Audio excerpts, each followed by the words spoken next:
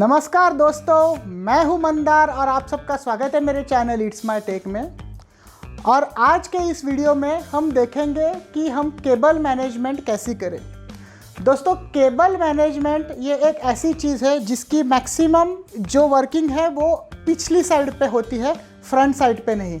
हम cable management करते ही इसलिए है कि हमारी जो फ्रंट साइड है वो सबसे ज़्यादा क्लीन दिखे और सारी केबल्स ऐसी जगह पे हम मैनेज करें कि वो दिखे ना। केबल मैनेजमेंट के लिए सबसे बेसिक चीज़ जो चाहिए हमें, अगर हमें ये बेहतरीन तरीके से करना है, वो है एक modular power supply. Modular power supply से क्या हो जाता है कि हमें सिर्फ नेसेसरी ही केबल्स पीछे आती है, उससे केबल मैनेजमेंट में बड़ी आसानी हो जाती है।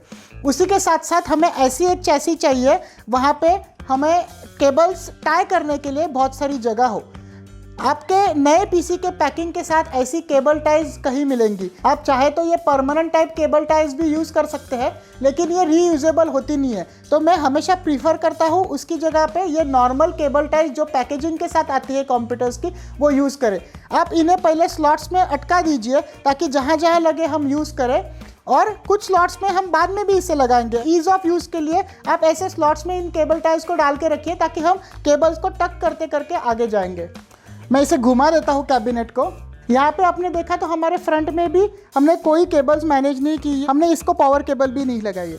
हम ट्राई करेंगे कि हमारा ये जो फ्रंट पोर्शन है जो हमें क्लियर टेम्पर्ड ग्लास में से दिखेगा वो मैक्सिमम क्लीन दिखे और खूबसूरत रहे। तो आइए शुरू करते हैं। दोस्तों, आजकल के ज़माने में केबल मैनेजमेंट थोड़ी टीडियस हो गई है। इसका मेजर कारण यह है कि सिर्फ आरजीबी ही नहीं, पावर हेड और आरजीबी, इन दोनों चीज़ों को मैनेज करना पड़ता है। तो सबसे पहली चीज़ आप करेंगे वो है जो चीज़ें फ्रंट में जानी चाहिए आपके मदरबोर्ड तक, जैसे कि फ्रंट यूएसबी केबल, उसी के साथ साथ पावर ऑन बटन और रिस्टार्ट केबल और हार्ड डिस्क। ये सारी केबल्स जो आगे ज़्यादा क्रिटिकल है उन्हें हम आगे के राउट में डाल देंगे और फिर उन्हें आगे की साइड केबल मैनेज करेंगे। उसी के साथ साथ हम फ्रंट ऑडियो जैक के भी केबल, आप देख सकते हो यहाँ पे मैं इसे निचली साइड से मेरे कैबिनेट के होल में से डाल रहा हूँ। इसे मैंने आगे की तरफ भेज दिया है तो मेरी पीछे की थोड़ी केबल्स कम हो गई है, तो अभी मेरे को इसकी मैनेजमेंट करने में सिंप्लिसिटी हो जाएगी। फ्रंट पावर केबल्स जो आगे के रेडिएटर की है वो मैं पिछली साइड डाल दूंगा क्योंकि वो भी आगे जाने वाली है। आप पहले आगे जाने वाली और पीछे जाने वाली केबल्स को सॉर्ट कर लें। उसके साथ साथ हमारी मदरबोर्ड की मेन पावर पिन, इसको हम आगे की साइड से डाल देंगे। ग्राफिक्स कार्ड के लिए PCI एक्सप्रेस केबल, इसे हम निचली साइड के स्लॉट से डालेंगे। हार्ड डिस्क की जो केबल है उसे हम सबसे नीचे से लाके हार्ड डिस्क पर टर्मिनेट कर देंगे। मैं यहाँ पे सेपरेट SSD ऐसी कोई चीज़ यूज़ नहीं कर रहा हूँ, तो मेरी एक ही केबल है।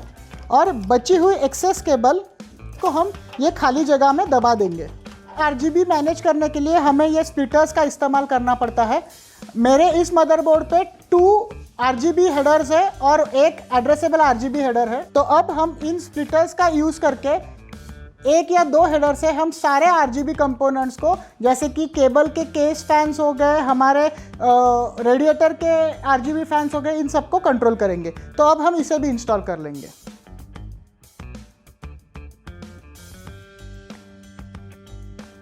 दोस्तों, केबल मैनेजमेंट का फर्स्ट असूल है सारी केबल्स लगा ले। तो पहले हम सारी केबल लगा लेंगे जहाँ जहाँ पे ग्राफिक्स कार्ड, मदरबोर्ड, उसकी एप्रोप्रिएट जगहों पे, फिर ही उन्हें मैनेज करेंगे।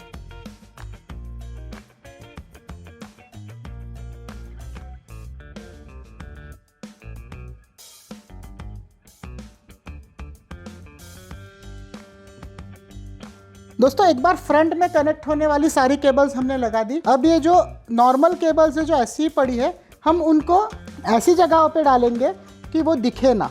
फॉर एग्जांपल आप आपके हीट सिंक्स के थ्रू उनको डाल सकते हैं, जैसे मैं इन्हें अंदर टक कर रहा हूँ। आपको ये सुनिश्चित करना है कि आपकी केबल मिनिमम से मिनिमम दिखे। बाकी आप उसे पूरी तरह गायब तो नहीं कर सकते हो, लेकिन हमें ये देखना है कि हमारा पीसी फ्रंट से जितना हो सके उतना क्लीन दिखे।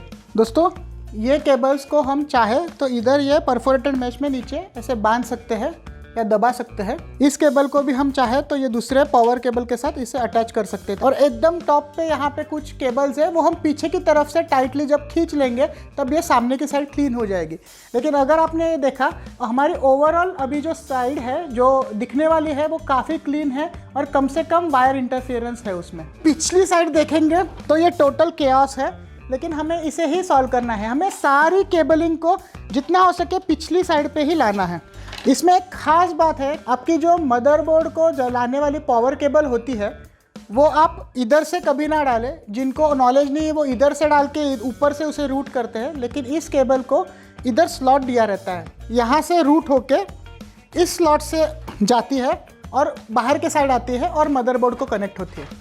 तो हमेशा मदरबोर्ड पावर केबल आप इस रूट से डालिएगा, वरना वो ऊपर बहुत इधर फ्रंट साइड पे गंदी दिखती है। एक बार इसे मैंने फ्रंट में अटैच कर लिया, अब मैं इसे यहाँ पे अटका दूंगा।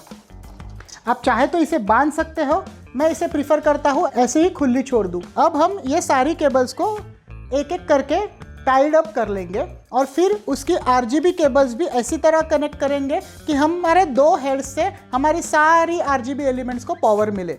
यहाँ पे इस स्टेज पे अब हम ये फ्रंट फैंस लगाएंगे। हम इन फैंस को पहले नहीं लगा पाते क्योंकि हमारी जो ये आप देख सकते हैं मैश में से जो केबल्स है वो लगनी होती है। एक बार ये सारी केबल्स लग जाए, अब हमारे RGB फैन हम फुल कॉन्फ़िगरेशन में टॉप पे लगाएंगे। तो अब मैं इन केबल्स को बांधता हूँ। अभी तक मैंने हार्ड डिस्क की SATA केबल नहीं लगाई है, हम उसके लिए रुकेंगे।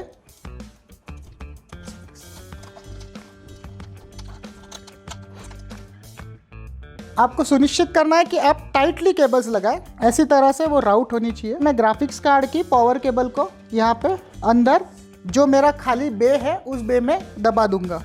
आपको हर केबल को इसे बांधने की ज़रूरत नहीं है। अगर आप टक इन आपकी केबल्स कर सके तो खुली छोड़ना ये ऑलवेज बेटर आइडिया है उन्हें बांधने की जगह। अब हम एक एक करके हमारे RGB एलिमेंट्स को भी कनेक्ट करेंगे। दोस्तों RGB हेडर्स में एक बार आप ये कनेक्टर्स डाल दो, उसके बाद उसके ऊपर प्रिंटेड एरोज दी जाती है।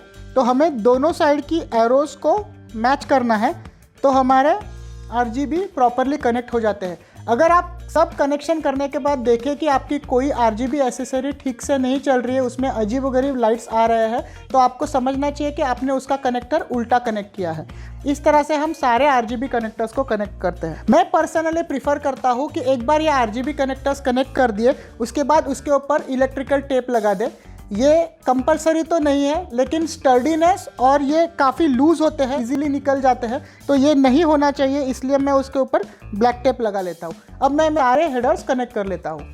उसी के साथ साथ हमारे दूसरे मदरबोर्ड के RGB कंट्रोल हेडर से आई हुई स्प्लिटिंग केबल से हम इन चैसिस फैन के RGB को भी कनेक्ट कर दें। हमें ये सुनिश्चित करना है कि हम सारे RGBs को कनेक्ट कर दें और हमारे पास कुछ भी ना बचे जिसे हमें कनेक्ट करना रह गया हो। सब कुछ RGB हेडर्स कनेक्ट करने के बाद मेरे पास एक पोर्ट बच गया है। जनरली आपको इस प्रकार का एक हाथ दूसरा कवर आपके RGB स्प्लिटर्स के साथ आ जाता है, तो आप बचे हुए पोर्ट को इस तरह से कवर करें ताकि वो चैसिस को कनेक्ट ना हो। जनरली सारे RGB को एक साथ रखें और सारे पावर कनेक्टर्स को एक साथ रखें। अब इन सारी केबल्स को हम बंच कर लेंगे। अगर सिंगल बंच बहुत बड़ा हो रहा है तो आप डबल बंच कर लीजिए, लेकिन देखिए कि आपके जॉइंट्स एक साथ रहे और उनके ऊपर कोई एक्सेसिव प्रेशर ना हो। हमें कहीं भी इतनी ज़ोर ज़बरदस्ती नहीं करनी है कि हमारी कोई पिन टूट जाए।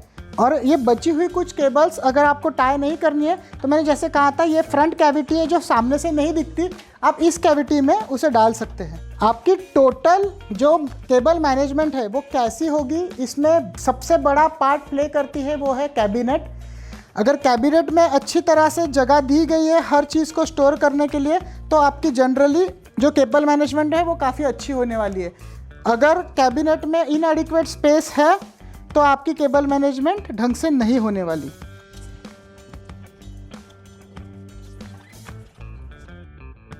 हमें सारी केबल्स लगाने के बाद ये देखना है कि कुछ भी चीज़ ये लाइन के आगे बल्ज आउट ना हो। हमारे जनरली हर चीज़ इसके अंदर, ये जो कैविटी दी गई है उसके अंदर ही बैठनी चाहिए। अब फाइनली मैं हार्ड डिस्क की साटा केबल माउंट करूँगा।